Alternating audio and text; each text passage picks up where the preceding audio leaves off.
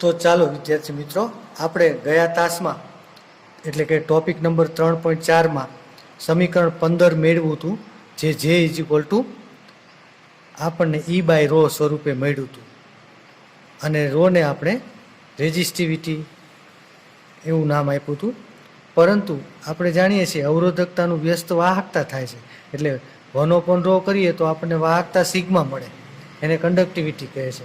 એટલે સમીકરણ 15 આપણે છે ને નીચે પ્રમાણે લખી શકીએ: J is equal to sigma into E સૂત્ર વડે લખી શકીએ. સમીકરણ 16 જે ઓમના નિયમના સદિશ સ્વરૂપ તરીકે ઓળખાય છે, અને જે એની એક જ દિશામાં હોય છે. એટલે વિદ્યુત પ્રવાહ ઘનતા એ વિદ્યુત ક્ષેત્રની તીવ્રતાની દિશામાં હોય છે, તેમ આ સમીકરણ સૂચવે છે મિત્રો. તો જે એક જ દિશામાં હોય તો એને અદિશ સ્વરૂપે પણ લખી શકાય. એટલે સમીકરણ 16ને આપણે અદિશ સ્વરૂપે સિગ્મા ઈ સ્વરૂપે લખી શકીએ. તો સિગ્માની જગ્યાએ આપણે 1/ρની બદલે સિગ્મા મૂકેલ છે, એટલે અહીં લખી શકીએ આપણે કે જ્યાં સિગ્મા બરાબર 1/ρ એવું આપણે કહી શકીએ છે મિત્રો. તો આમ સમીકરણ 17ને ઘણી વખત ઓમના નિયમને સમતુલ્ય સ્વરૂપમાં પણ દર્શાવવામાં આવે છે, અને હકીકતમાં ઓમના નિયમનું ઉદ્ગમ સુવાહકમાં ઇલેક્ટ્રોનની ડ્રિફ્ટ વેગની જ લાક્ષણિકતા છે. કારણ કે ઓમના નિયમમાં આપણે જાણીએ છીએ કે વિદ્યુત પ્રવાહ એ વાહકની ગતિ, વાહક એટલે સુવાહકમાં વિદ્યુતભાર વાહક તરીકે ઇલેક્ટ્રોન્સ હોય છે, એટલે ઇલેક્ટ્રોન્સનો વેગ જ એની લાક્ષણિકતા છે. પણ અહીં સુવાહકમાં ઇલેક્ટ્રોનના વેગને આપણે ડ્રિફ્ટ વેગ તરીકે ઓળખીએ છીએ, એટલે એ ડ્રિફ્ટ લાક્ષણિકતા તરીકે ઓળખાય છે.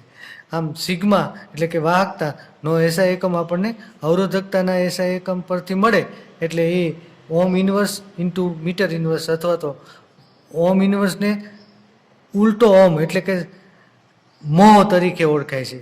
બરાબર, મો બરાબર ઓમ ઇન્વર્સ થાય, એની જગ્યાએ મો લખ્યો, મો ઇન્ટુ મીટર ઇન્વર્સ તરીકે પણ લખી શકીએ. અથવા સાયમન, કારણ કે જ્યોર્જ સાયમન ઓમે આ નિયમ આપ્યો હતો, એટલે સાયમન ઇન્ટુ મીટર ઇન્વર્સ વડે પણ દર્શી શકીએ. એટલે મો બરાબર સાયમન લખેલું છે, એટલે સાયમન ઇન્ટુ મીટર ઇન્વર્સ થાય.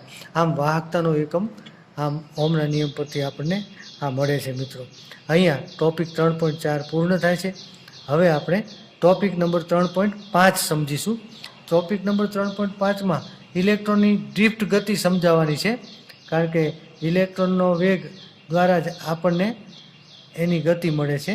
માટે ઇલેક્ટ્રોનની ડ્રિફ્ટ ગતિ સમજાવી એની અવરોધકતા, એનું નામ બીજું છે વિશિષ્ટ અવરોધ. અવરોધકતાને વિશિષ્ટ અવરોધ પણ કહેવાય, સ્પેસિફિક રેઝિસ્ટન્સ પણ કહેવાય. એની સંજ્ઞા ρ છે, તથા વાહકતા સિગ્મા કીધી. એના બે વચ્ચેનો સંબંધ દર્શાવતું આપણે યોગ્ય સૂત્ર મેળવવાનું છે મિત્રો. તો અહીંયા આપણે કોઈ આકૃતિમાં એક વાહક દર્શાવેલો છે, જેનું સમાન આડછેદનું ક્ષેત્રફળ H કેપિટલ A છે, અને એની લંબાઈ Δx બરાબર વેગના સૂત્ર પરથી અંતર ભાગ્યા સમય, તો અંતરને સૂત્રનો કરતા બનાવી તો આટલું અંતર છે ને એ Δx કીધું છે. Δx અંતરમાં જ આપણે ઇલેક્ટ્રોનની ગતિનો વિચાર કરવાનો છે. એટલે Δx બરાબર Vd ઇન્ટુ Δt વડે દર્શાવી શકીએ. તો આમ આ વાહકના બંને છેડે વિદ્યુત સ્થિતિમાનનો તફાવત લાગુ પાડીએ તો વિદ્યુત ક્ષેત્ર એ જમણી બાજુથી ડાબી બાજુ તરફ મળે, અને ઇલેક્ટ્રોનના વેગની દિશા વિદ્યુત ક્ષેત્રની વિરુદ્ધ દિશામાં હોય. આમ આ વાહકની અંદર ધન આયનો પોતપોતાના નિશ્ચિત સ્થાને છે, અને તે પૈકીના કોઈ એક ઇલેક્ટ્રોનના આ વેગને એટલે કે એના ડ્રિફ્ટ વેગને આકૃતિમાં દર્શાવેલો છે. એ મુજબ વિદ્યુત ક્ષેત્રની વિરુદ્ધ દિશામાં છે, અને પ્રવાહ એનું નિર્માણ કરે છે. એટલે આ આકૃતિ આપણે કોઈ સુવાહકમાં બેટરી અથવા વિદ્યુત સ્થિતિમાનનો તફાવત લાગુ પાડી અને આ થિયરીનો વિચાર કરવાનો છે. તો એનો આપણે સમજણ મેળવીએ કે આપણે જાણીએ છીએ કે સુવાહકમાં ઇલેક્ટ્રોન આયનો સાથે અથડામણ અનુભવીને જ એ જ ઝડપે પછી અસ્તવ્યસ્ત ગતિ કરે છે. આ સુવાહકના બંધારણ ઉપરથી આપણે જાણીએ છીએ. વિદ્યુત ક્ષેત્રની ગેરહાજરીમાં તેનો સરેરાશ વેગ શૂન્ય હોય છે, કારણ કે વિદ્યુત ક્ષેત્ર લાગુ ન પાડેલું હોય ત્યારે ઇલેક્ટ્રોન્સ દરેક દિશામાં એની સમાન રીતે ગતિ કરવાની સંભાવના હોવાને કારણે એનો સરેરાશ વેગ શૂન્ય થાય છે. એ આપણે આ આકૃતિ પરથી કહી શકીએ. પરંતુ હવે આપણે એવું વિચારી શકીએ કે જો ઇલેક્ટ્રોન્સ કોઈ ગતિ કરતો, એક આપણી પાસે ઇલેક્ટ્રોનની સંખ્યા તો વિચારી શકીએ, કોઈ ધાત્વિક સુવાહકની અંદર ઇલેક્ટ્રોન્સની સંખ્યા કેટલી હોય, I બરાબર 1 થી એન સુધી હોય. તો કોઈ આઈમાં ઇલેક્ટ્રોનનો આપણે વેગની વાત કરતા હોય તો એના વેગને વીઆઈ કહી તો સરેરાશ વેગ આપણે નીચેના સૂત્ર વડે લખી શકીએ.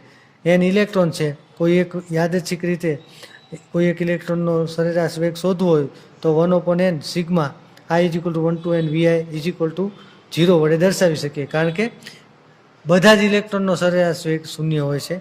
તો તે પૈકીના કોઈ આઈમાં ઇલેક્ટ્રોન્સનો વેગ આપણે વિચારીએ તો એ પણ સરેરાશ વેગ શૂન્ય થાય જ્યારે વિદ્યુત ક્ષેત્ર લાગુ પાડેલ નથી ત્યારે. એને આપણે પ્રારંભિક વેગ તરીકે પણ ઓળખી શકીએ છીએ મિત્રો.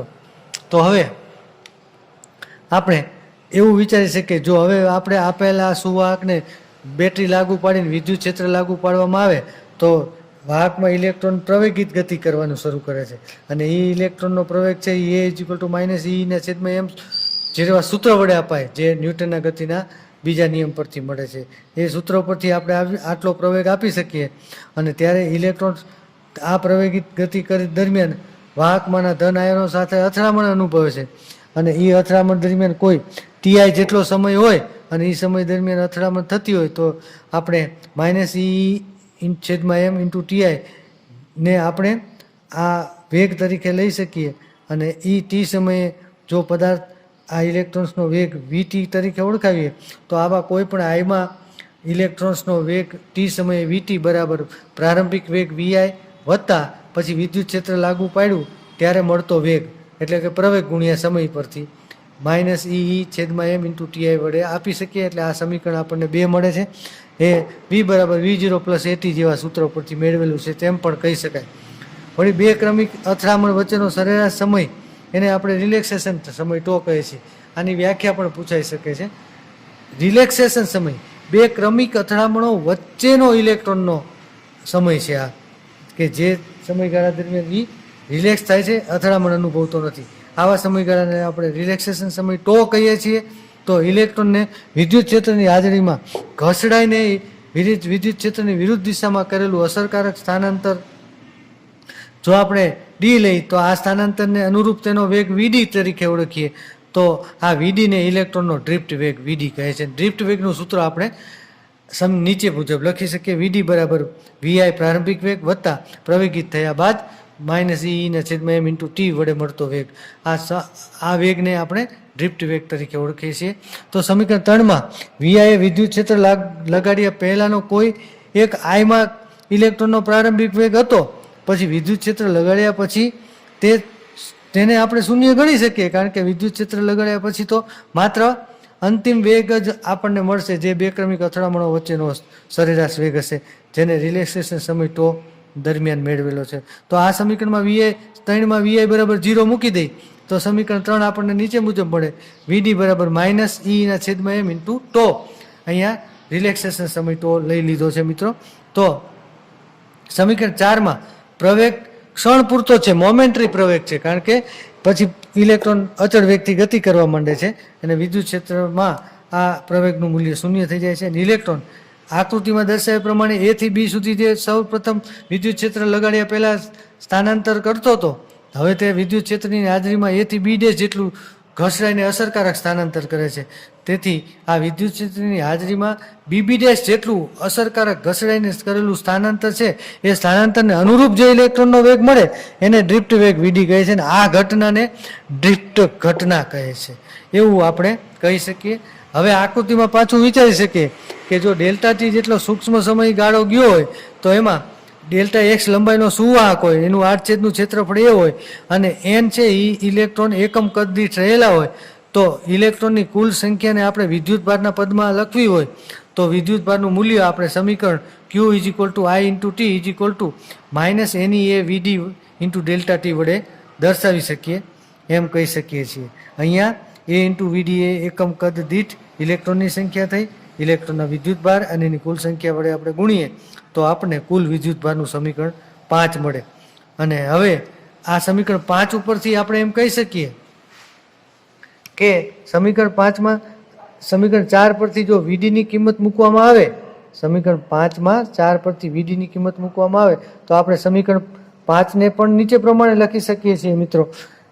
I × Δt = -n × E × A અને આપણે વીડીની કિંમત મૂકીએ માઇનસ ઈના છેદમાં એમ ઇન્ટુ ટી અને ડેલ્ટા ટી એમ નામ રાખીએ એટલે સમીકરણ 6 મળે. સમીકરણ 6માં બંને બાજુથી ડેલ્ટા ટીનો લોપ થઈ જાય છે મિત્રો.